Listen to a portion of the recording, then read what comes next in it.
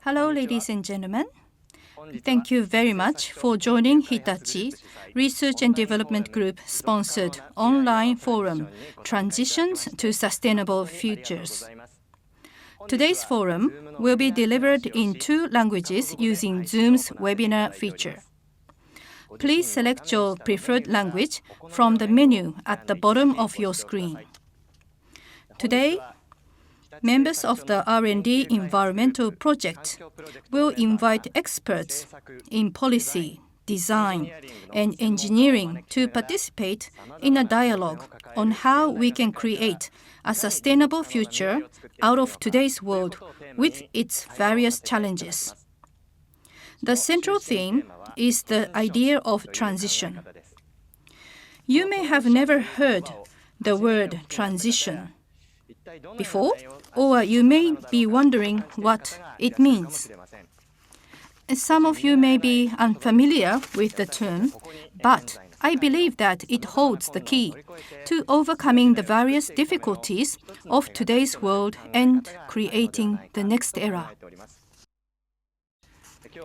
Today, I would like to ask experts from Japan, the US, and the UK to talk about the theme of transition, why this concept is effective from their perspectives, and how can we use it to design the world we should build next.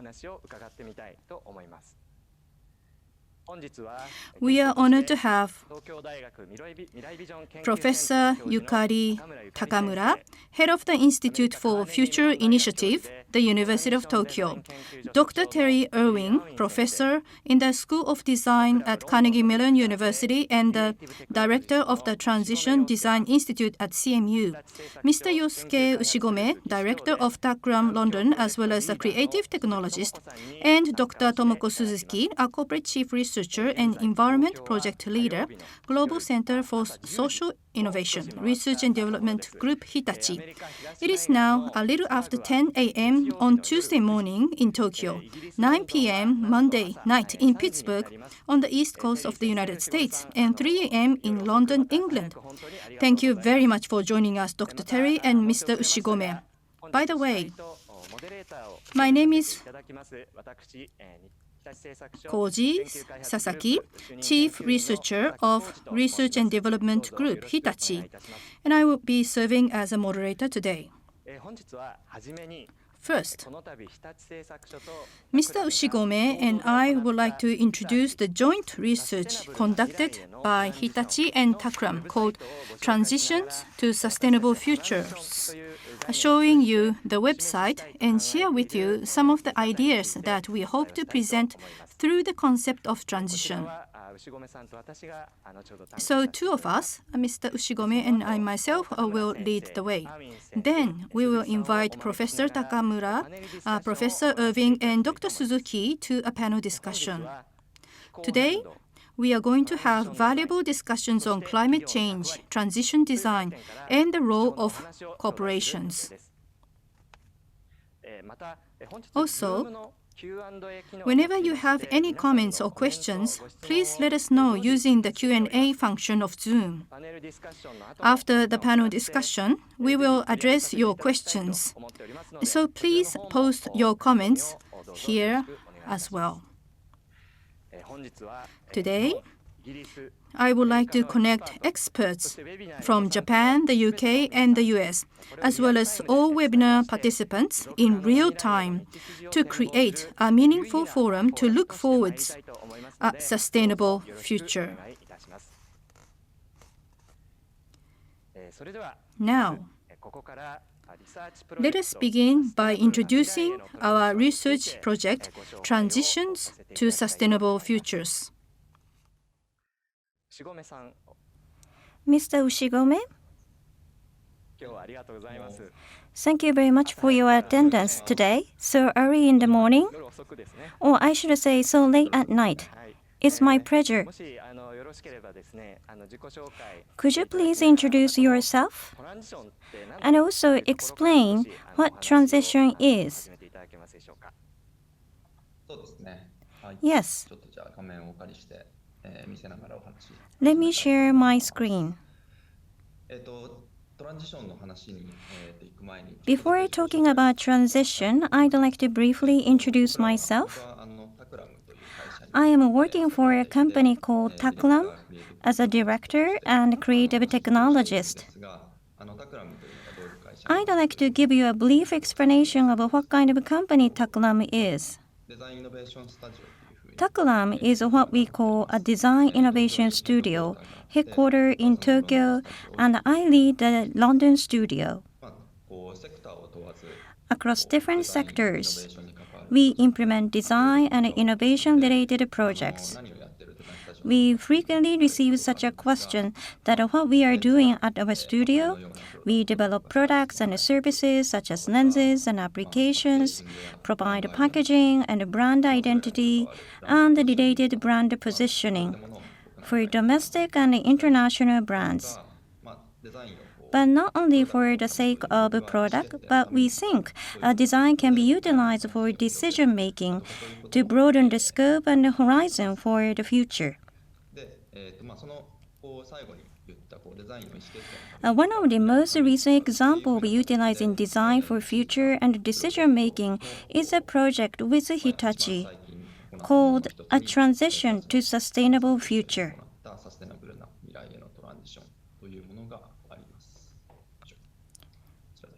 Yes, this one.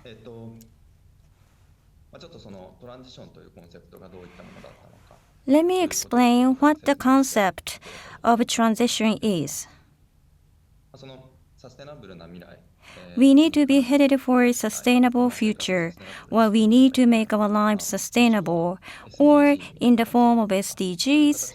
We frequently hear the word sustainability on a daily basis, to the point that it is carried on a front cover of a magazine. However, what kind of world would that be? When we talk about sustainability, how can we create a sustainable world? What are challenges we would face in leading to the sustainability? What kind of world will await us when we arrive there? Given the scale and complexity of climate change problems, I think it is difficult for everyone to share the image. That is the context in which this project was initiated. And the method or a way of thinking that we have focused on is a concept called transition. It means that instead of thinking that future or sustainable society is something so far away, we try to capture changes to a sustainable society as a process of transition, something that will gradually advance, move forward, and suddenly change. In this way, we try to show who, in what way, takes on what kind of challenges and try to strive for a sustainable world. And we try to present and delineate such direction or perspectives as transition. This is how this project has started.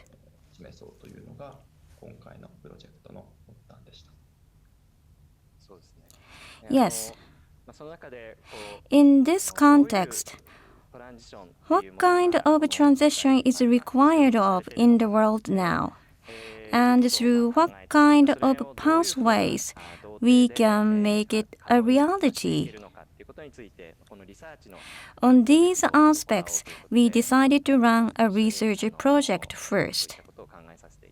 So that is how this effort with Takram started. Then, what we come to realize is that a transition to create a sustainable future is not only one. How to go from this current situation of climate crisis to the next one is a very big one area.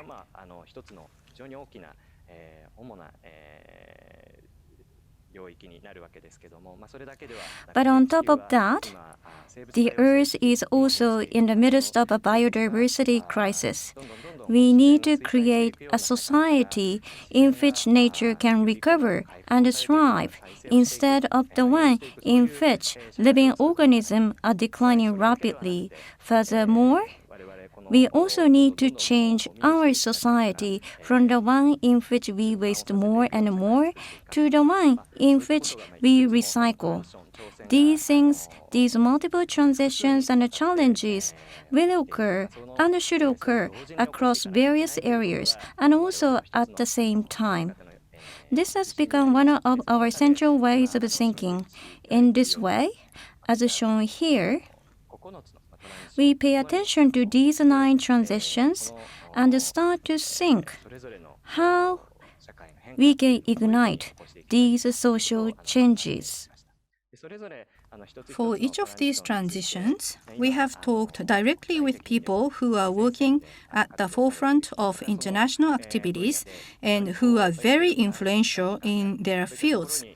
And we have asked them to share their aspirations for the next era, a kind of moral will, or something like that. So we visited and interviewed them so that we could understand their aspirations.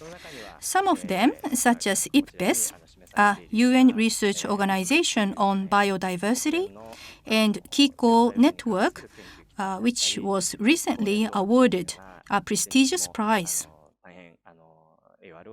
It represents people who have been working on climate issues in Japan for a long time. We asked them questions such as, what is the next step for this society and what is this policy mean? Yes. These are 9 representative transitions in a sense. Note that these are all of the transitions. Just 9 representative transitions that we've been able to observe today. So now, I would like to show you a little bit about how each transition was shown on the website. For example, as Dr. Sasaki mentioned earlier, I would like to talk a little bit about the transition from the decline of nature to the regeneration of nature, from a degenerative world to a regenerative world. Using this as an example, it is clear from the report that plants and animals in the natural world are in deep danger. But this chapter is about how we, as humans, can change our society from one in which nature is declining rapidly to one in which it is regenerating.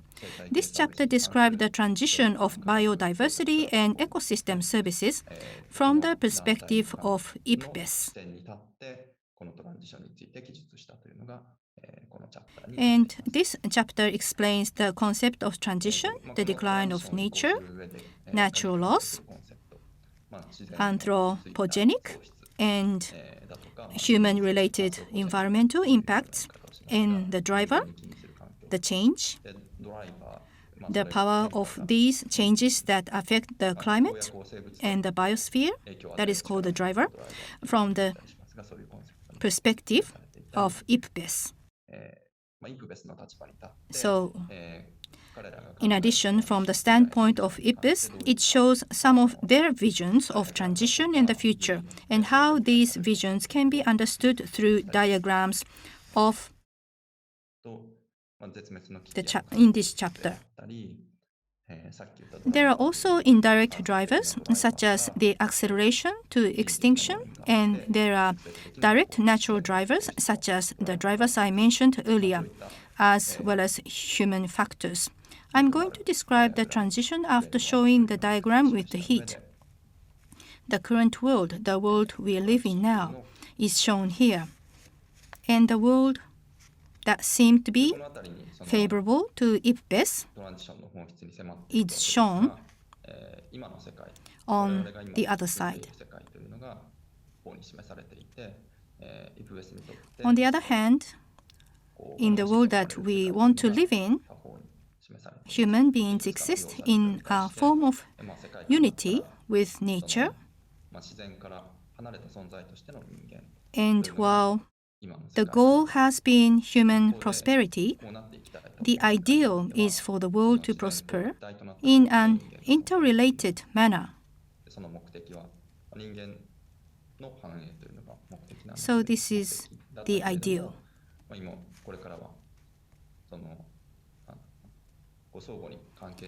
Overall, the IPBES transition emphasizes the need for cooperation at both the global and local levels, and also looks at the relationship between human and the earth as a whole.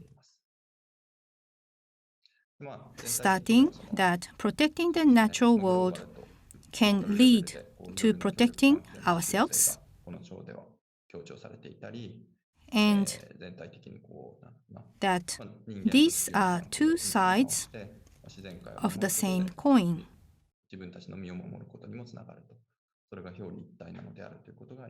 This chapter concludes with the transition diagram. Dr. Sasaki, do you have anything to add? Well, there are two circles here, and as I mentioned earlier, that there are 9 transitions in this website. All of them have this diagram in them. The left side shows the world we live in now,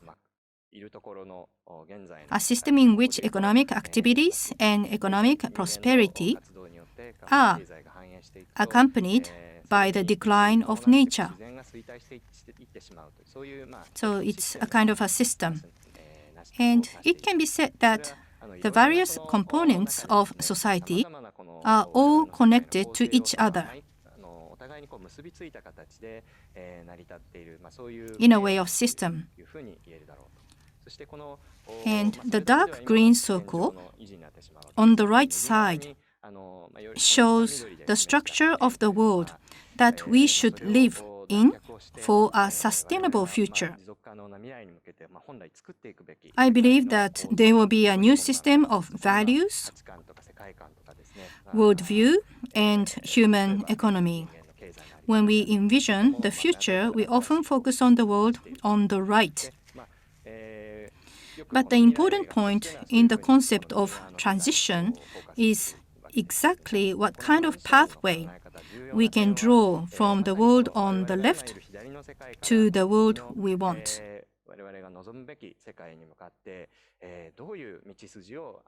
So the key to this idea of transition is to be able to draw a pathway from the world on the left, where we are, to the world we want. These two futures are not easily connected, and there are various obstacles and challenges along the way.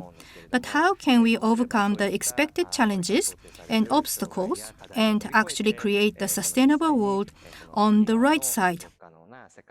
So this diagram shows the pathway.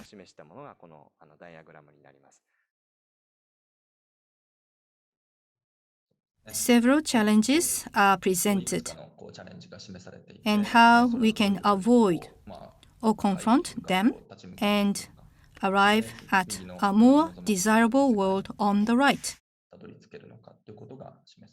Yes.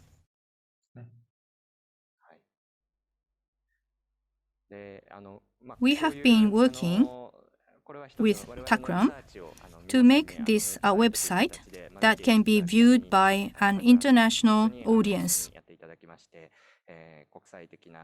so that everybody can see our research. As for the significance of this transition and why it is necessary, because the current situation, especially since the year 2020, is that we are facing a very big crisis called the climate crisis, and we must not lose biodiversity by the impact of this crisis. In connection with this, the COVID-19 pandemic is covering the world, And we are living in the midst of nature, in the midst of the environment. And this is an era in which we feel the undeniable power of nature. As is the case with ancient Rome and Buddhism, nature is supposed to be free of waste. But there must be something wrong with the environment that we are now living in. And as well, we live and create our lives in it. And the relationship between the two is becoming strained.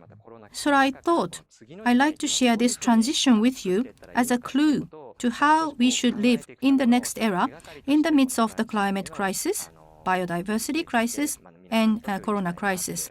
Mr. Ushigome, do you have any thoughts on this? Yes, I thought it would be possible to create something richer and more intriguing, something with a clue. If we didn't see the future as a single point with a distance, but rather as a process, or if we came to think of the future as a snapshot of all the transitions. I thought that is an interesting aspect of transitions. I hope that the transitions shown in this project are just examples, and that more and more chapters will be added, because there are many transitions from people's point of view, such as climate change and coronavirus pandemic. I would like to see more and more chapters added. I hope that by describing each transition in a rich way, each transition will interact with each other and become a big swell.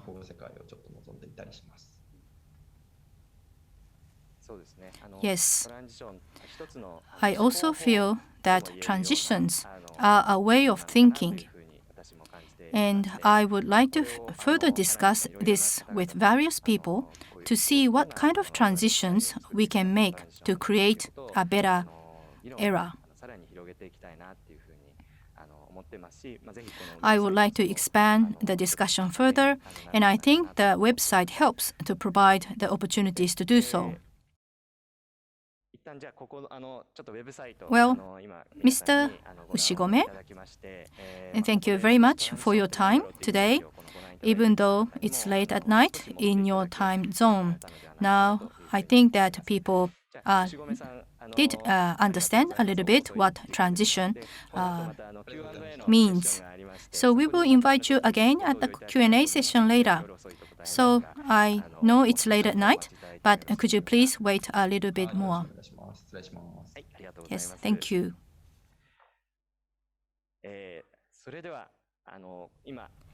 Now, we have talked about what a transition means by walking you through the website. From now on, let us move on to a panel discussion with our distinguished guests. We are joined by Professor Yukari Takamura, the University of Tokyo, Professor Terry Irving of Carnegie Mellon University, and Ms. Tomoko Suzuki of Hitachi. We would like to ask each discussant to briefly introduce themselves and give us a brief presentation of 5 minutes each. First, Dr. Takamura, are you ready? Yes? Over to you, Dr. Takamura. Dr. Sasaki, thank you for that kind introduction. People from Hitachi R&D Group, thank you for having me today. Can you see my screen? Yes. I'm Takamura from Institute for Future Initiative, the University of Tokyo. I specialize in law, but I have been working in the field of environment, especially in the area of climate change for a long time. Today's given topic is on transitions on sustainable futures. Let me start my presentation. As we all know, the world and Japan are now moving towards carbon neutrality by 2050, both in terms of policies and companies. The Paris Agreement, which was originally agreed in 2015, sets a goal of limiting the rise in temperature to well below 2 degrees Celsius or 1.5 degrees Celsius if possible at the global level. This is because the agreement stipulates that such a reduction in the second half of this country, which is called net zero emission decarbonization. In this sense, the Paris Agreement sets a target for the world to limit the temperature rise to 1.5 degrees Celsius. I am often asked if this goal is a goal that can be achieved. I think it is safe to say that the meaning of the goal is changing. In other words, if our society continues on its current course, the CO2 emissions from the energy sector, as shown in the IAEA data, will unfortunately not go in the direction we intend. Rather, we can see that there is a huge gap between the extension of our society and the society we are aiming for. However, in 2050, as countries set the goal of carbon neutrality, it is clear that we need to move to a different emissions path. And of course, this needs to be well proven or verified. Sorry, my mouth seems to be too sensitive. This 2050 carbon neutrality was originally suggested in the 2018 report of the Intergovernmental Panel on Climate Change.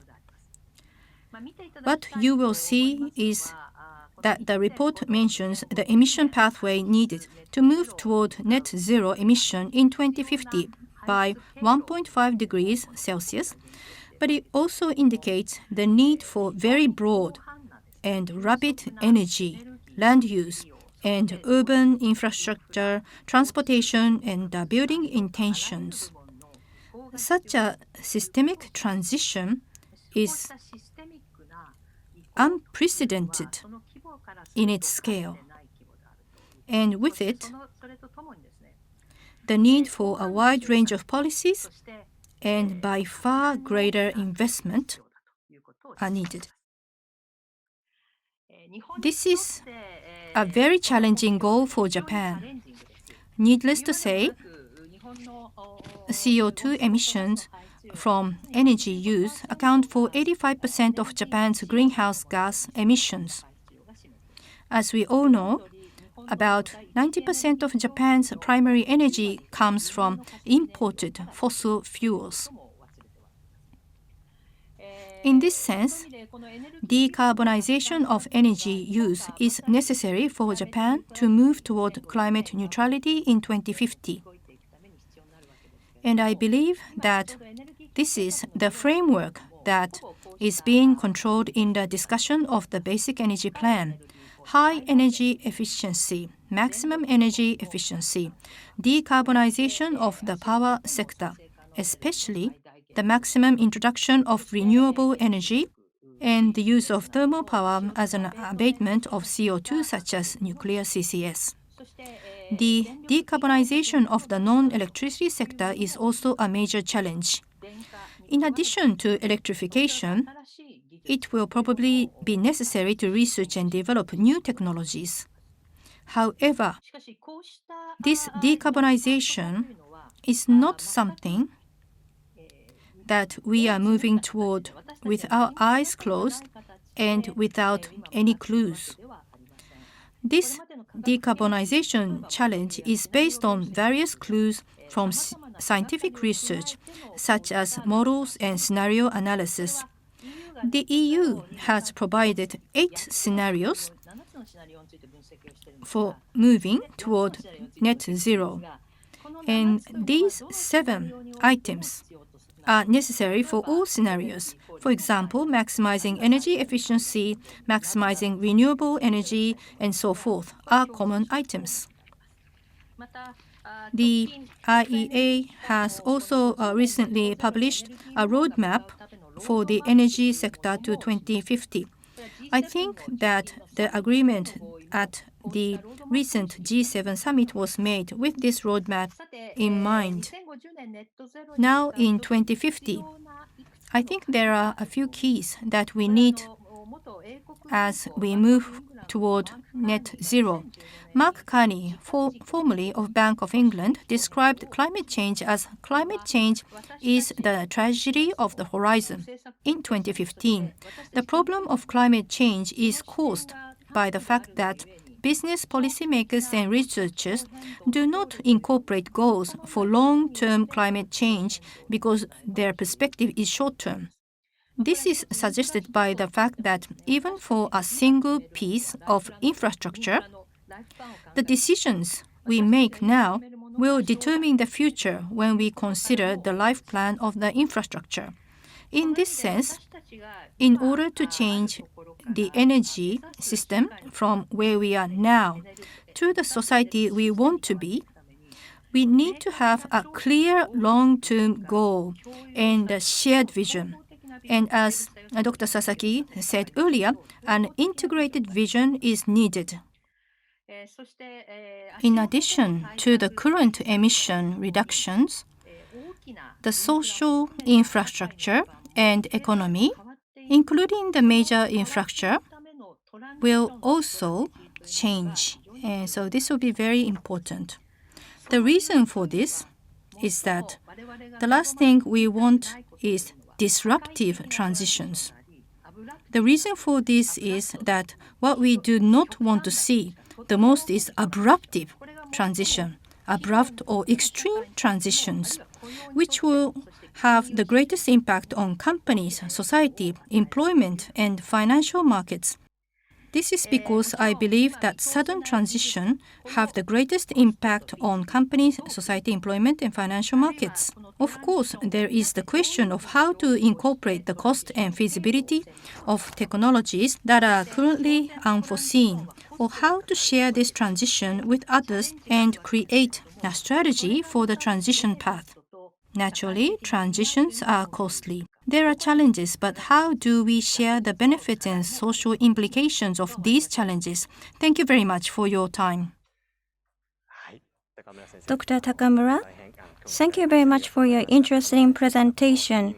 She talked about the challenges of decarbonization in this globalized world, how we can create integrated transition vision where we are in Japan, and how we should develop a strategy so that instead of destructive and abrupt transition, how we can make transition something beneficial to people. This is the challenge. I think that was the essence of the presentation. I'd like to discuss with you more in detail later. Thank you. Now, we would like to invite Dr. Irwin for her presentation. Dr. Irwin, over to you. Hello. Thank you so much.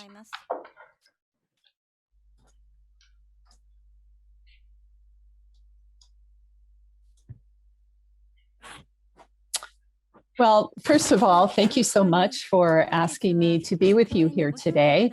As you heard, I'm Terry Irwin. I'm a professor in the School of Design at Carnegie Mellon University, and I'm also the director of our Transition Design Institute. I was also a professional designer for 30 years and one of the co-founders of a large international design firm called Meta Design. But I'm here today as one of the co-creators of a new approach to problem solving called transition design, which is a transdisciplinary approach for addressing complex wicked problems and igniting positive systems level change. So I want to spend just a couple of minutes walking you through that approach, if I may.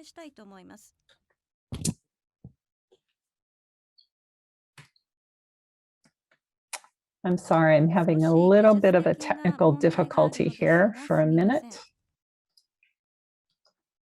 Excuse me. Okay. Are you able to see my screen?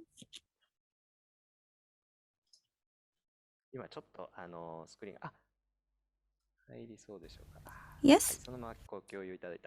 So we often say that transition design brings together two big ideas or global memes. First is the idea that entire societies must transition toward more sustainable, equitable, and desirable long-term futures. And second, the realization that these transitions will require intentional systems level change. And you can really see evidence of these memes in the number of transition-related projects and initiatives springing up around the world, and the recent rise of what I'll call deep systems thinking and the proliferation of knowledge and tools and processes for understanding complex systems problems and systems or wicked problems. And wicked problems are things like this: crime, income inequality, climate change, terrorism, loss of biodiversity, lack of access to affordable housing and education, political and social polarization, and global pandemics. And wicked problems are systems problems with these many challenging characteristics. And among the most difficult are every wicked problem is unique and constantly changing. There are multiple stakeholders with conflicting agendas and no clear shared problem definition. These problems straddle organizational and professional boundaries, and every wicked problem is connected to other wicked problems. So transition design argues that wicked problems took a very long time to become wicked, and they will take a very long time to resolve, which is a process that extends into both the distant past and the distant future. We therefore need to frame these problems in radically large spatio-temporal contexts in time and space. And let me be clear, we think sustainability transitions can be catalyzed by addressing these wicked problems and by asking several relatively simple key questions. We ask, how is the problem manifesting in the present, and who does it affect? What are the many interrelated and interdependent issues related to the problem? What stakeholder groups are affected by it, and how do these groups feel about each other? Then we expand the problem frame into the distant past by asking, what are the historic roots of the problem? And how did it evolve over multiple years or multiple decades? Next, we extend the problem frame into the distant future and ask how stakeholders can transcend their differences in the present by collaborating to co-create long-term visions of the futures they want and can agree upon. Futures that are sustainable, equitable, and desirable. And we ask whether we can learn to think rigorously and creatively about a decades-long transition from the problematic present to that desired long-term future. So after extending the problem frame to include the past, the present, and the future, then and only then do we have enough information to intervene in an informed, systemic way with what we call ecologies of systems interventions that act as steps along the transition pathway toward the desired long-term future. And we call it transition design because of the fact that human societies are always in transition. But these transitions have been largely unintentional, full of drift, and we really only understand the ramifications in hindsight. We call it history. But the question before all of us in the 21st century is whether we can intentionally transition our organizations and societies toward these sustainable, equitable, and desirable long-term futures. Because the futures that we're currently transitioning toward aren't necessarily the futures we want. But transition design argues that we can intentionally change these transition trajectories toward futures we do want. Now, I know it sounds like a monumental undertaking, but if we use the context of the situation we are still in to think about transition trajectories, we see that all of these countries started out at more or less the same place just over 1 year ago. And we've learned that small changes in the present can make a big difference in where you end up in the future. So transition design is essentially an approach to intentionally shift the transition trajectories of our organizations, communities, and entire societies toward futures we want. And finally, I'll say we call it transition design, not because expert designers are leading a process. Addressing wicked problems will require radical transdisciplinary collaboration between all fields and disciplines, but also in collaboration with the stakeholders connected to and affected by the wicked problems. And I'm really sorry, I'm having trouble with my slides here.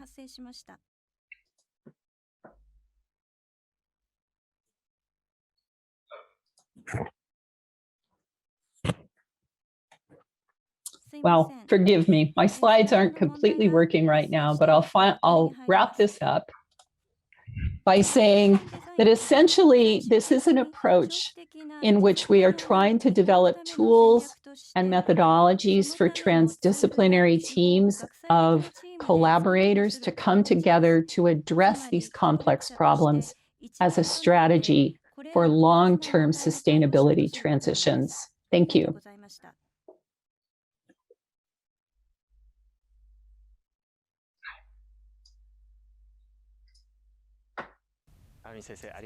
Dr. Irwin, thank you very much for your presentation. Wicked problems, they are challenging problems to solve, but how, in a systemic way, can we create a pathway to transition? The world we are transitioning into now is not necessarily what we want. So how can we transition into the future we really want? That is important. I think that was a takeaway from Dr. Irwin's presentation. I look forward to talking to you later. So now, I would like to invite Dr. Suzuki from Hitachi. She's a group head. The floor is yours, Dr. Suzuki.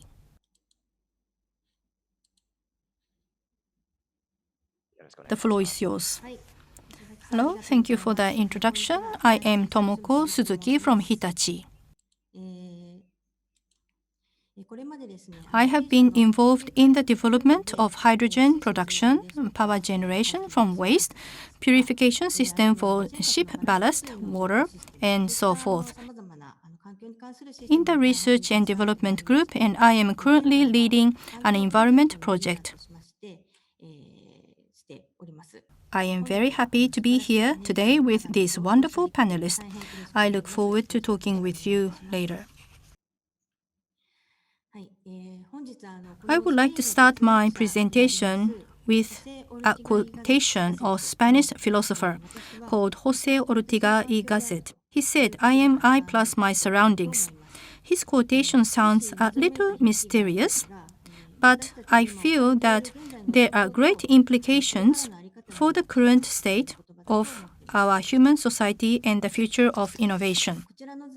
This diagram is excerpt from the report jointly published from IPCC and IPBES this month. It shows how biodiversity enhances our quality of life and helps us mitigate and adapt to climate change, while quality of life activities negatively impact biodiversity and exacerbate the climate change. Our quality of life is closely related to these factors. And worsening climate change will still lead to the destruction of biodiversity. This will ultimately put people's quality of life at risk. Climate change, biodiversity, and our quality of life are inextricably linked and connected. This means that when the environment is in great danger, it is when we are in great danger. The environmental crisis that is occurring as a result of our various industries and urban life, if it continues to worsen, it may destroy the very foundation on which technology and business are built. And it is through our own transformation that we will be able to overcome this crisis. This was also touched upon by Dr. Takamura. This is the IEA's process chart for decarbonization the world by 2050, which previously shown. As you can see from this chart, we need to overcome the conventional business as usual and create a sustainable system like previous president has just said. We believe that contributing to this kind of dynamism is the new role of companies. Hitachi was established in early 20th century, and it has provided the infrastructure for these activities for a large number of customers. We want to be an important factor in the transition to the next sustainable system while greatly developing our ties with our customers. As it was touched upon in the first half of the session, we have to deal with various transitions now, from fossil fuel-based world to a renewable energy-based world, from a linear economy to a circular economy. We are required to tackle various transitions simultaneously. Naturally, there will be numerous stakeholders involved, and as Dr. Irwin's transition design shows us, this is a challenge that not only governments but also local governments, businesses, and individual citizens must face with collective wisdom and action. The Hitachi wish to be a company to support these various transitions. One of the key initiatives is to act on the climate crisis. Hitachi is making our own offices carbon neutral by 2030. We also aim to reduce the total amount of CO2 emissions in the entire value chain from procurement to product use to zero by 2050. In parallel with this effort, we are also working on a project that contributes to the carbon neutrality of society as a whole. As one of these efforts, we have been appointed as a principal partner of COP26 that will be held in Glasgow, UK in November this year, where we will be discussing how to overcome the climate crisis in order to pass on a sustainable world to future generations. Hitachi and we, the environmental project, share this way of thinking and hope to contribute to its realization through the power of people and technology. At the Hitachi Todai Lab, which is a joint collaboration with the University of Tokyo, we are working on creating a transition scenario for decarbonizing Japan. Japan has a unique geographic environment that requires a transformation of conventional energy production and consumption in unique ways. Here, we hope to learn from experts in the social, public, and private sectors and to understand what socio-technological changes will be required and to provide triggers that enable strategic measures and decision-making possible. Lastly, we believe that the important idea here is to create clues to realize a fair transition where no one is left behind. In order to create a truly sustainable world, we will begin to collaborate with the various customers we have worked with in Japan and around the world, as well as with new customers who will lead the way in the future. I believe that today's forum will be an important step in such efforts. I hope that through dialogue with the speakers, speakers, we will be able to further deepen our knowledge for this purpose. So that is all from myself. Thank you. Thank you very much. Your presentation started with the phrase that I am I plus my surroundings. If the environment is destroyed, the world of humans will be destroyed. If human society starts to change, we can improve our environment and we can make that kind of efforts. Through Hitachi's various environmental activities against this climate crisis, together with customers, Hitachi would like to realize a just transition together with other actors. I think that was your key message. Everyone, thank you very much for your 5-minute presentations. Please turn your camera and voice functions on.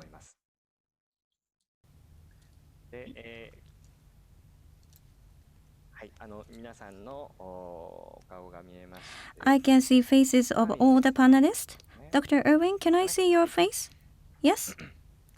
Thank you. Based on your essence of your presentation, I'd like to have a dialogue with you by asking several questions. First of all, Dr. Takamura, you talked about the international efforts toward decarbonization and where Japan stands, and what role Japan should play. From the 1990s, over a long period of time, Dr. Takamura, you have researched on the measures against climate change. Since 2015, there seems to be new developments going on. Could you please tell us what has changed since 2015? Thank you. I think there are two major changes that have emerged. Well, this is actually pointed out by everyone, Dr. Irwin, Ms. Suzuki, Dr. Sasaki, and Mr. Ushigome. In the extension of the current society we live in, there may not be a sustainable society we would like to see. I think this is supported by science such as IPCC or IPBES.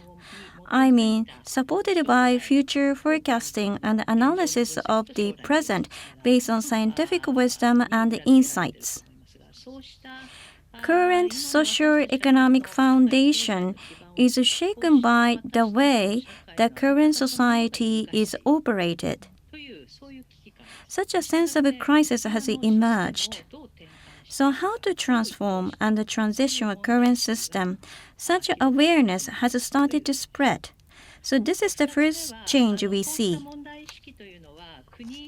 Secondly, this kind of awareness not only has widely spread and taken root at the government level and corporate level, but also in the financial sectors, especially in the financial industry. Without successful systemic transition, that will undermine the financial market stability in itself. Such is a kind of anxiety that the financial institutions and investors have toward businesses, especially in relation to climate change. That is why they demand risk management, risk analysis, and also demand disclosures in the field of climate change. That is why we see a movement of disclosure right now. So these are two biggest changes we see, in my view. Yes. It is a bit shocking that there will be no sustainable society ahead of us. But I think it is a serious recognition of the current situation. But based on the scientific wisdom of the world, such as IPBES and IPCC, that seems to be the future that inevitably awaits us. Under these circumstances, the financial and economic system have started to move in such a way that this is not acceptable. I think that's the essence. In this context, looking at our fight against the climate change in Japan, ambitious goals have been announced by the Japanese government. But from your point of view, What is the key for Japan's fight against climate change? Today, not a few in today's audience are from the industry. So, what do you think are required of the industry? Well, as I briefly touched upon in my earlier mini presentation, I think from the viewpoint of emissions, a share of emissions from energy is high.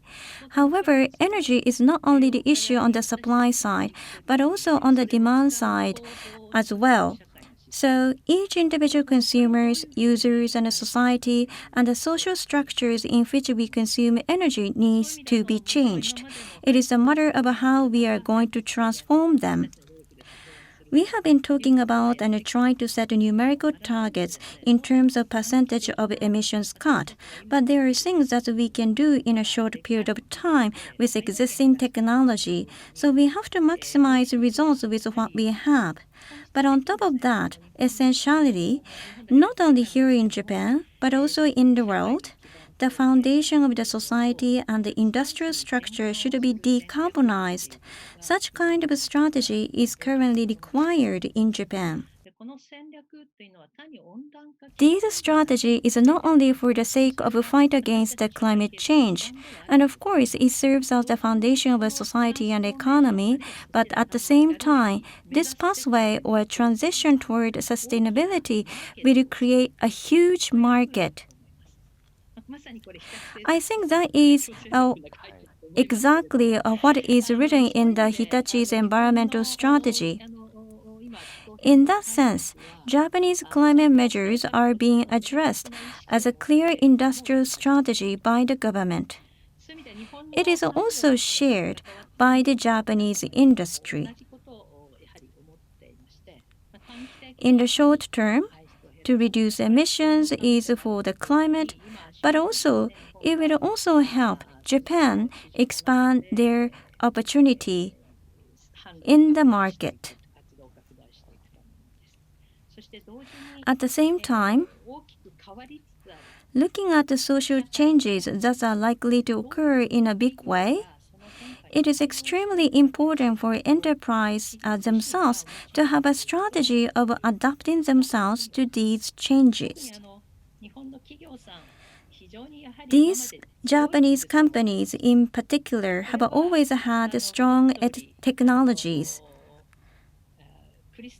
As you may be aware, as Christensen and others have pointed out, the stronger the technology is, the more likely an innovator becomes hesitant and slow to respond to new markets.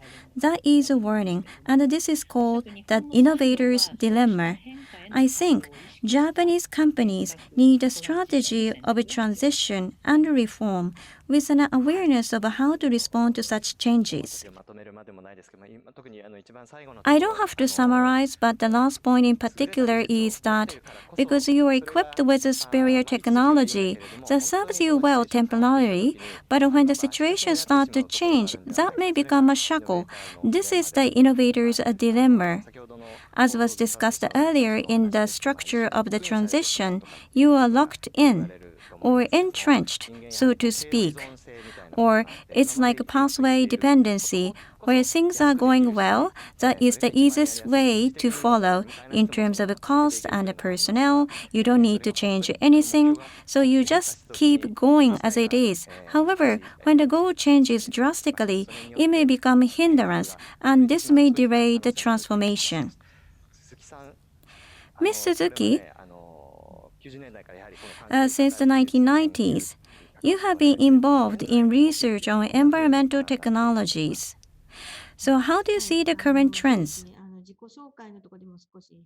As I already mentioned earlier in my self-introduction, since joining the company, I have been engaged in research in the field of environment. But looking back, also listening to Dr. Takamura, we have come up with solutions to problems only after they occur, with the current social system as a base. But going forward, what we will be required of And what we have to think about is to ask ourselves whether social system in itself is adequate or not. So this is a starting point, meaning that this is a totally different approach. To be honest with you, this is where we are struggling.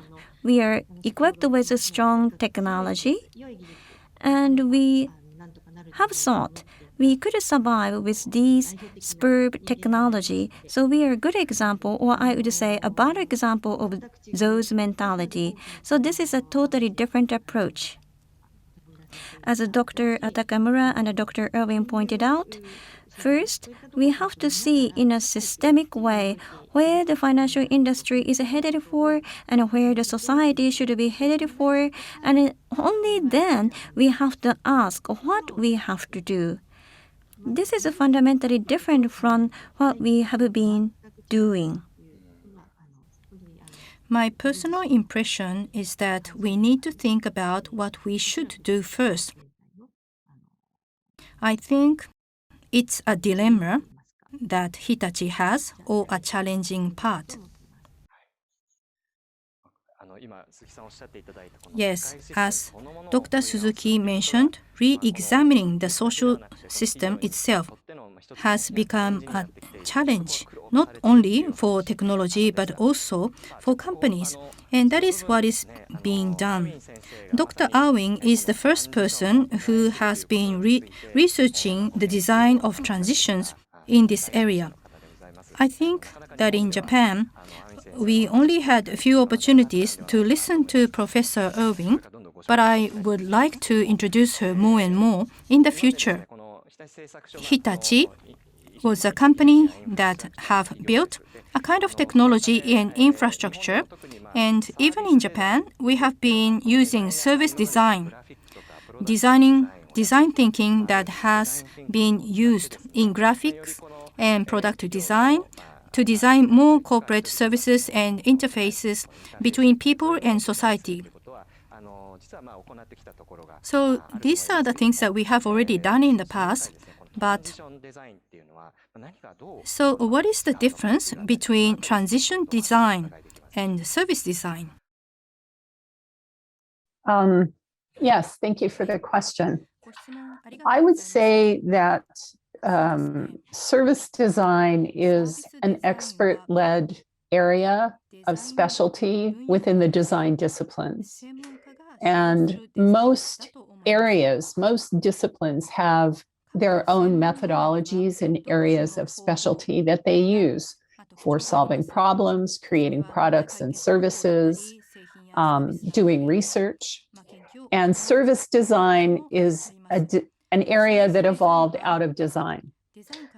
Transition design is not expert-led design. We looked around and we said, what's missing? And we thought, what was missing was not specific problem-solving approaches for making things or solving small problems. But what was missing was a meta-level approach, a high systems-level approach that would enable people from many different fields and disciplines to come together and collaborate alongside the people in the system that are being affected by the problem, so that this radical collaboration, this radical co-design process could have a high-level approach. And that is framing the problem in this large context. And we think once you understand the problem, you map its history. When you bring stakeholders together to co-envision futures they want, and once you have this high-level understanding, then you can begin to develop what I called ecologies of systems interventions. And these interventions will be implemented at multiple levels of scale. But when you get to the point of making the interventions, then all of these existing approaches, like service design, like design for social innovation, like many methodologies from policy or engineering or architecture or technologies that Hitachi is developing, that's when those come into play.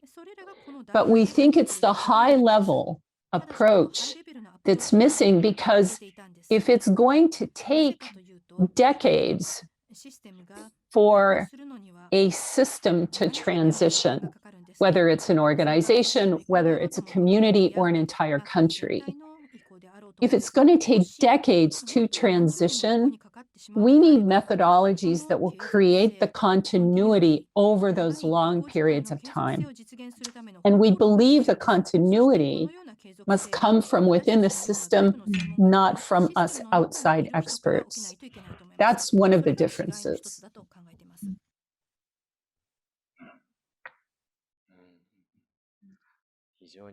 This was a very interesting talk. The ecology of system intervention takes a long time to be created. And if this is the case, we need an approach that can support it. I think that is what you were talking about. はい、そうです。I would like to ask you, Professor Takamura, what do you think we can learn from Professor Irwin's talk if we compare it with the issue of decarbonization in Japan? I mean, about the current transition design approach. Thank you, Professor Irving, for your comment. I think you were suggesting that the methodology of designing transition needs to be firmly integrated into the system. In the case of Japan's climate change policy and decarbonization policy, one of the roles of experts is to create a methodology for how to create transitions, how to identify Japan's problems, and how to create an overall picture of the problems you mentioned using the term mapping, and how to present the options in this context. I thought this was the first role of experts. Another point that the professor emphasized was actually related to the question from Mr. Kato, how to draw transitions while using this methodology to involve various social actors and people. I would like to know more about this.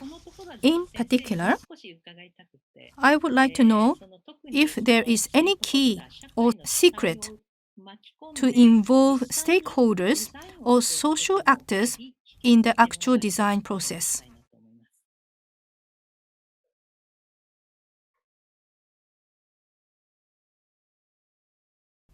Professor Irwin, please. Well, I think that one of the first steps is to try and convene stakeholders in groups so that they're able, first and foremost, to give their perspectives on the problem. Because when the term wicked problem was created back in the 1960s, one of the main definitions of a wicked problem was multiple stakeholders with conflicting agendas. They can't even agree on what the problem is, let alone what the solution would be. So we think that if you begin to map the problem, integrating all of the stakeholders' perspectives, some will be different, but you'll also find unexpected areas of agreement. We often say those areas of agreement are the low-hanging fruit in the system. That's where you can begin to work immediately in creating solutions people agree on. But when you map the areas of conflict, that tells you where the system is stuck and where you need to invest more time in all kinds of ways. Often it's stuck because of uneven power relations. And that's different in every culture. But there are always groups who are badly affected by the problem. But there are always groups that have more power. And maybe in some way they are benefiting from the problem. So we think that understanding these power dynamics and these complex social relations within the wicked problem is the key to creating solutions and beginning the co-design process.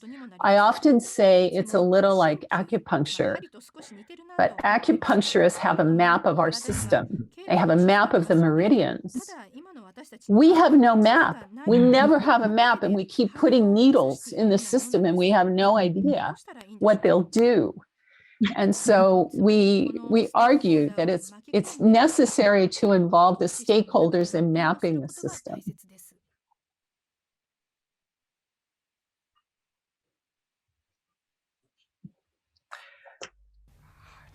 Yes. There are quite a few questions that are related to the ones that have been asked, and I think you answered some of them ahead of time. So there are people who are willing to work together in consensus building or in transitions. But there are also people who feel that they are at a disadvantage. I think it is important for companies to think about these issues together with their employees. Say, like, it is quite true that we need to shift to that direction and to realize the transition. We know that. But how can we do that? And there may be some relevant concerns derive. So I think it's important that all of us get together and think the solution, how we should do about this. We are talking about the industrial world again. So I'd like to turn to Ms. Suzuki. Why do you think the concept of a transition gains importance for Hitachi that you work for and I work for?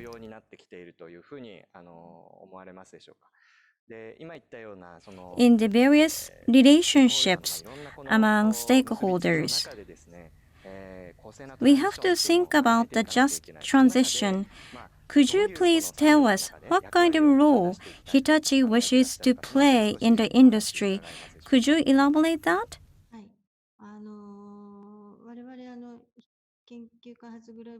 In the R&D group,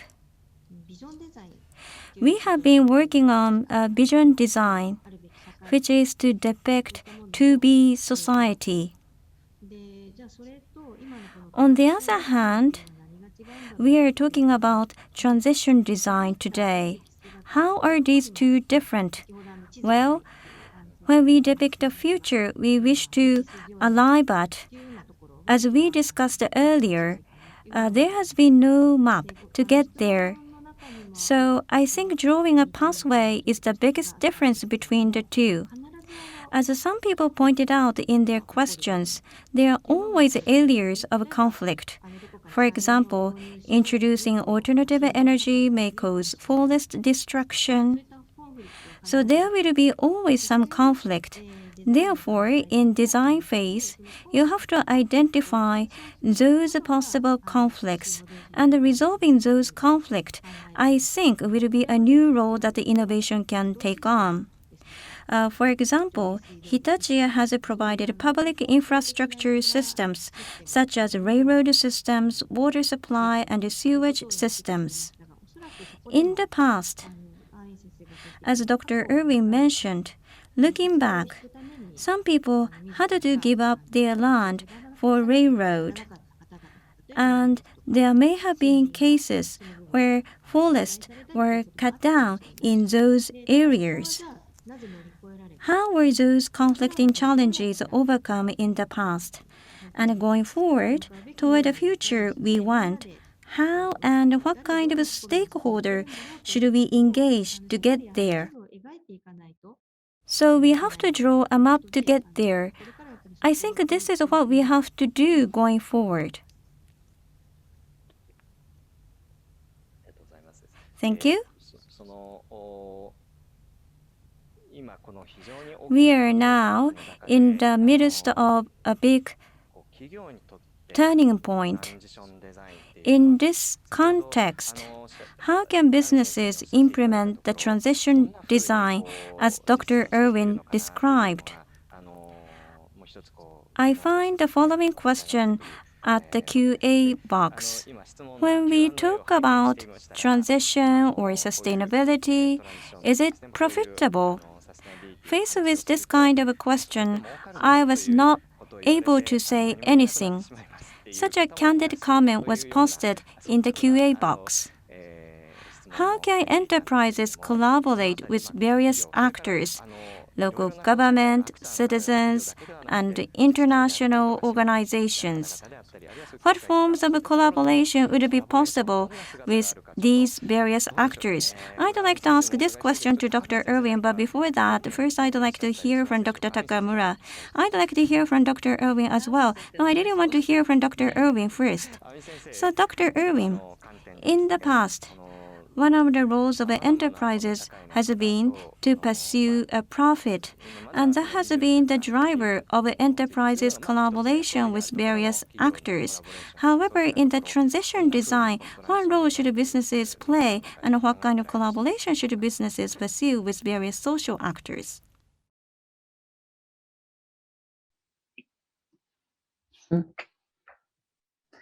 Well, that is the big $10 million question. I think my answer would be we don't want to do away with profit. I ran a company for many, many years. But I think the question is how much and how soon. I think that profit is necessary, of course, to keep a company alive, to enable its employees to meet their needs. It's really about meeting needs. But I think perhaps a deep essential question has to be how much.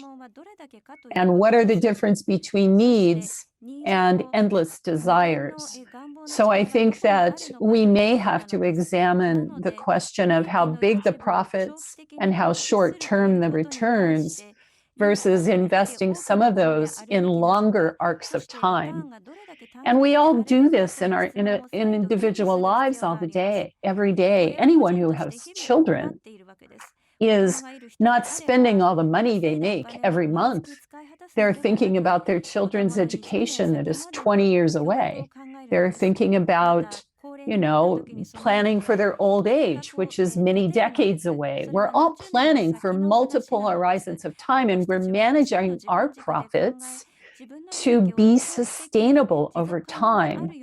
But I think that in our westernized economic paradigm, the need for quick profits at the expense of long-term planning has become the norm for every corporation. And in a way, I think we have to take the knowledge that we use every day in our individual lives or in our families, and we have to apply it to the bigger organizations that we're part of, so that the organizations are taking care of the employees, but they're also thinking about the region, the planet, the communities of which they're part. And that means deferring some of those quick returns a little bit.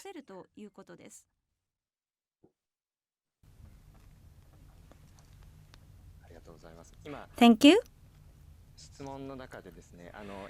We also receive other questions in the QA box.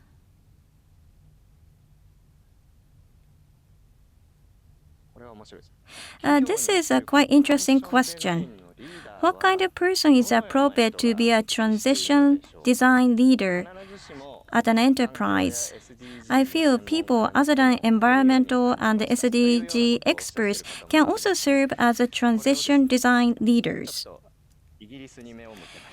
It is dawn in the UK. And if I do not throw a question, Mr. Ushigome may fall into sleep. So let me ask this question to you, Mr. Ushigome. I'm okay. This is quite interesting topic. So, Mr. Ushigome, could you please freely express your perspective on this question?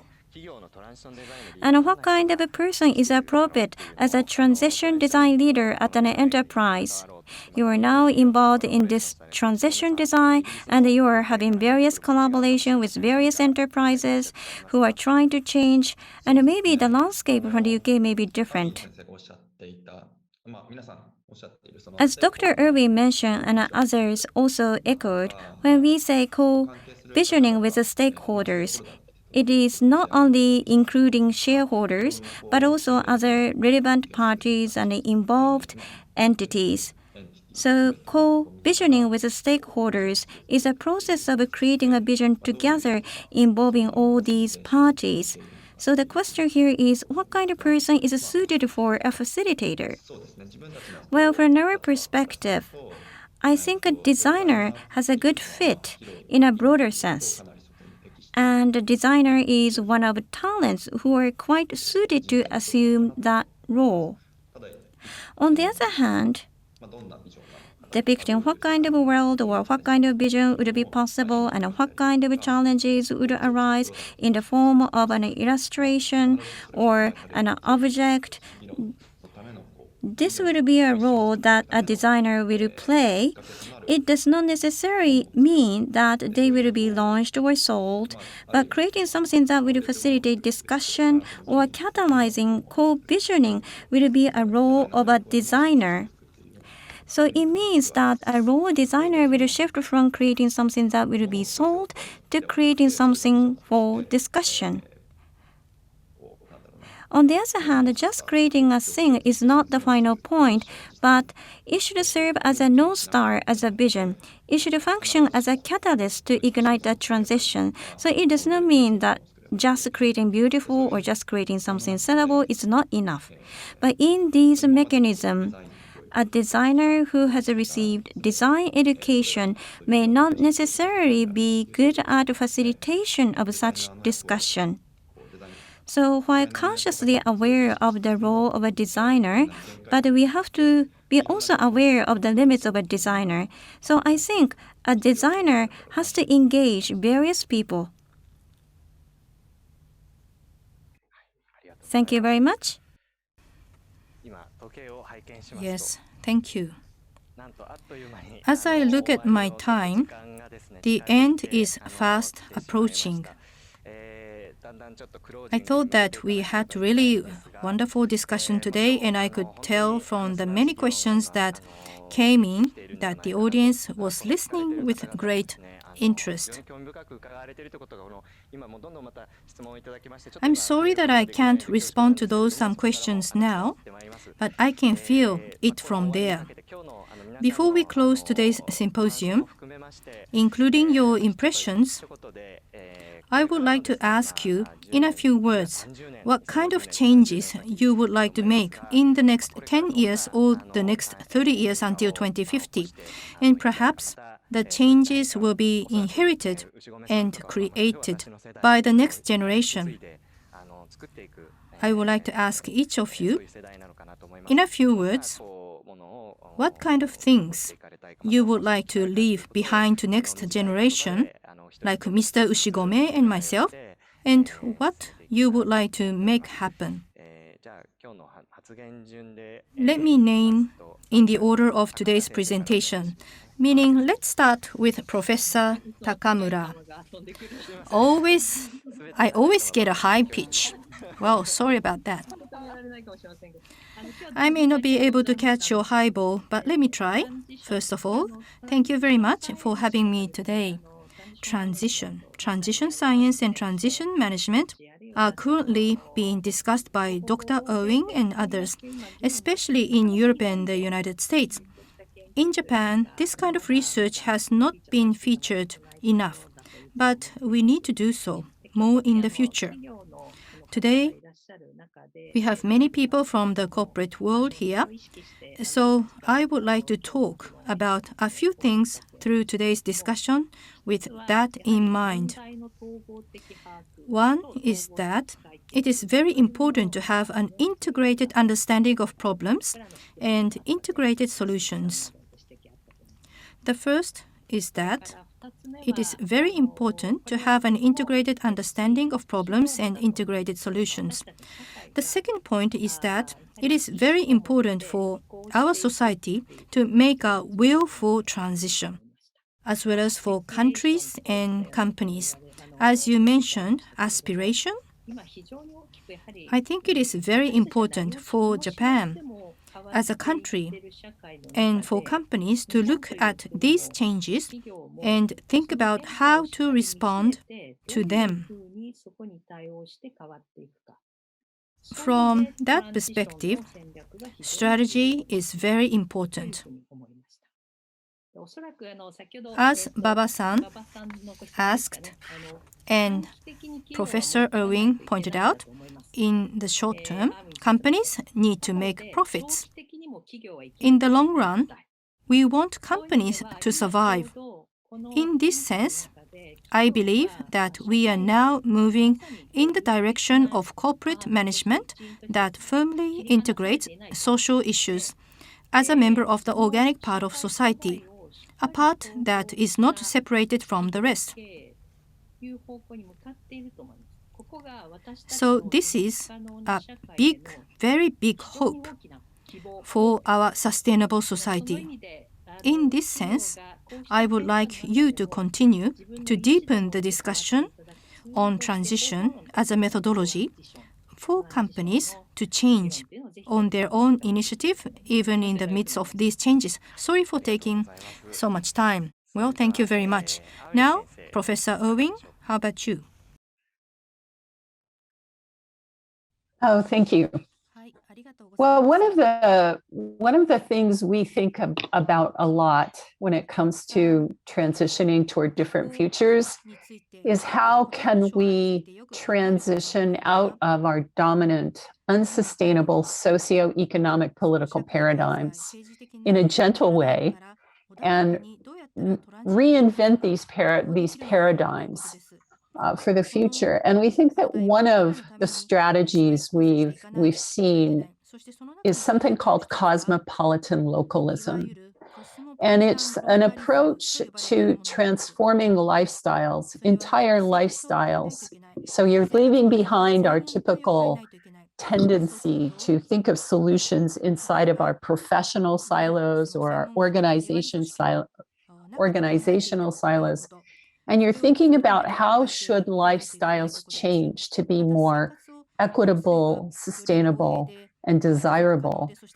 And cosmopolitan localism says they need to be place-based in the way that people are living and meeting their needs, but they need to be cosmopolitan in their global awareness and networked connections. So in a way, it's a strategy for celebrating the diversity of place and culture. And we think it's important to remember that all of these wicked problems that we've been talking about, we tend to think of them as international and huge, but even something like COVID-19 manifested in very place and culture specific ways. The way it manifested in Pittsburgh or the United States was very different than the way it manifested in Japan or New Zealand. And so the strategy, we think, for living more sustainable lifestyles is to embed them in place, but exchange knowledge and technology in a networked way, not the more homogeneous, top-down, globalized way that dominates now. And I don't think that means letting go of profit. And I don't think that that lets go means we have to step away from large companies like Hitachi, but it might suggest structural changes and embracing of diversity on the ground so that the bottom up becomes as important as the top down, which has dominated in the last, well, in our industrialized world.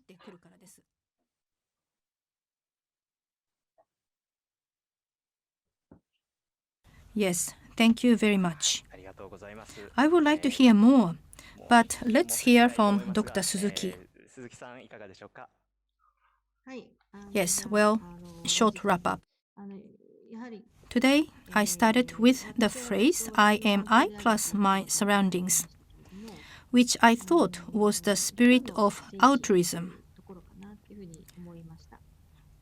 Founder of Hitachi, Namihei Odaira, had a spirit that said, it doesn't matter if you create a school and the graduates change jobs to other companies, as long as it leads to the development of society and sustainable development, not the pursuit of short-term profit.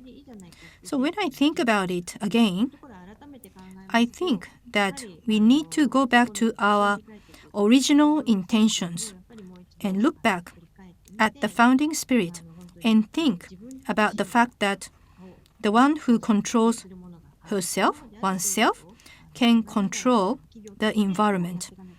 And that is what we need to do as a company. Thank you very much for your time. Thank you very much. So, lastly, please give us a short comment, Mr. Ushigome. Sorry, I didn't expect my turn to come. Well, Dr. Sasaki mentioned earlier that it might be the generation, our generation, that will do the best, but generation continue to come and go. So it might be the younger generation than like us, like today's panelist. In the midst of these various trends, this kind of movement will accelerate at various levels of society. And I believe that this is already a global trend.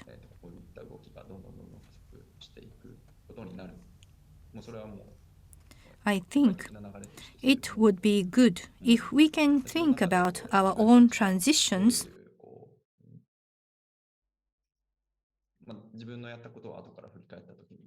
from the standpoint of how we can talk about them when we look back on what we have done.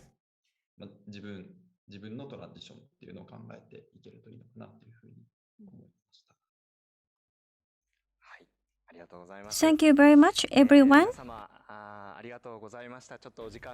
Now it is time to bring this session to a close. With the concept of a transition as a hint, we are talking about what kind of a future we want to create based on the idea of a transition instead of the world we are currently entering into. We also learn how we can draw a pathway toward the future. Today we are joined by Dr. Yukari Takamura, the University of Tokyo, Dr. Terry Irwin, Carnegie University, Mr.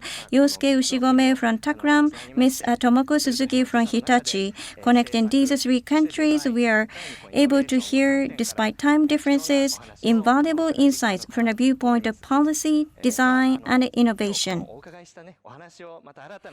With today's forum as a new starting point, we would like to think together about how to co-create a sustainable future and how we can take action together with participants today.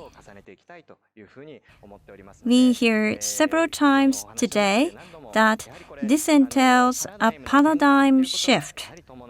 And I don't think this is something that only a specific group of people will be involved, but rather I think all the people, if you will, need to be involved in the decision-making and the creation of evaluation framework, and together we can take action to preserve the environment, our Earth, our home.